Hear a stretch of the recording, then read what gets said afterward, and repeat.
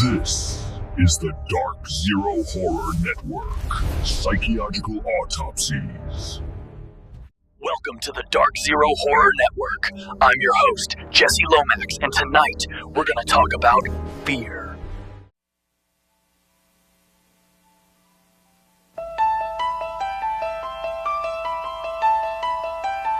"17 years ago,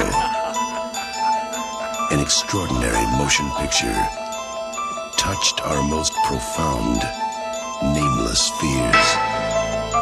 Do you dare walk these steps again? Death, be not proud, nor canst thou kill me. Satan grows stronger. You believe in possession, Father? He has found a haven. Come to take a little blood from you, Father. He has taken possession. The boy had been crucified. His web widens. I've just never seen anything like this in 20 years. Inside this cell, The killer drove an ingot into each of his eyes and cut off his head. inside a man. Who are you? I am no one. A man we thought had died 17 years ago. He is inside with us! He will never get away!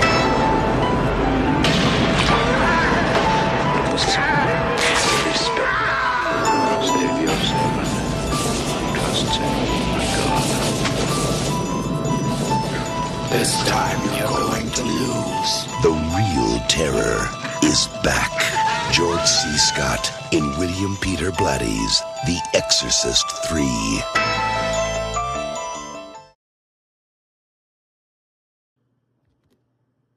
Welcome back to the Dark Zero Horror Network. I'm your host, Jesse Lomax, and today we are venturing back into the fog-drenched streets of Georgetown.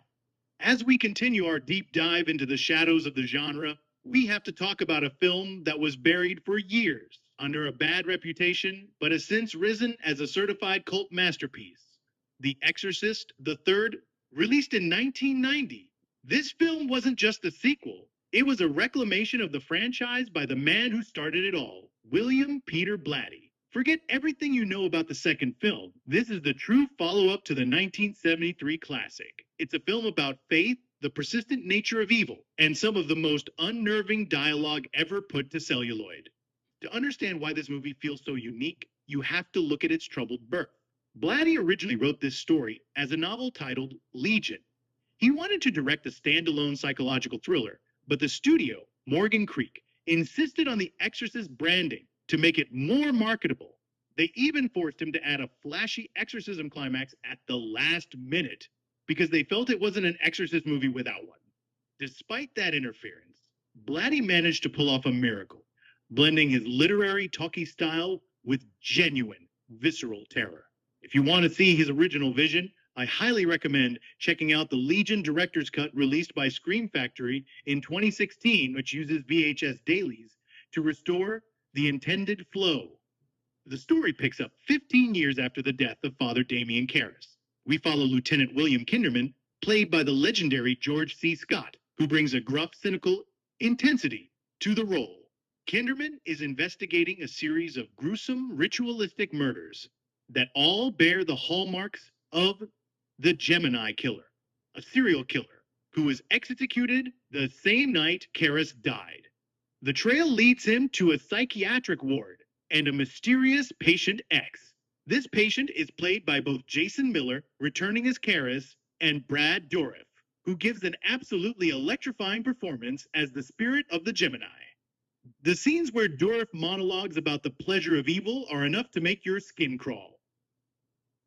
What sets The Exorcist III apart is its atmosphere. It's not just about gore, it's about the tension of whispered conversations in dark rooms. Blatty utilizes silence and long, static shots to build a sense of impending dread. And of course, we have to talk about the hallway scene. It is widely considered one of the best jump scares in cinematic history. Blatty acts like a magician here, using misdirection to make you lower your guard before hitting you with a visual that is both shocking and bizarre. Between the surreal dream sequences featuring cameos like Patrick Ewing and Fabio, and the literal ceiling-crawling horror, the film maintains an off-kilter vibe that stays with you long after the credits roll. While critics at the time gave it mixed reviews, it currently sits around 58% to 59% on Rotten Tomatoes. The horror community has since recognized it as a sophisticated work of art. It balances deadpan humor with a deep philosophical exploration of the Godhead and the destruction of innocence. Whether in it for the legendary jump scares or the masterclass in acting, from Scott and Dourif, The Exorcist III is a required watch for any true genre fan. Thanks for tuning in to the Dark Zero Horror Network. Don't forget to like, subscribe, and hit that bell to keep your nightmares fresh. I'm Jesse Lomax, and I'll see you next time in the void. You're free.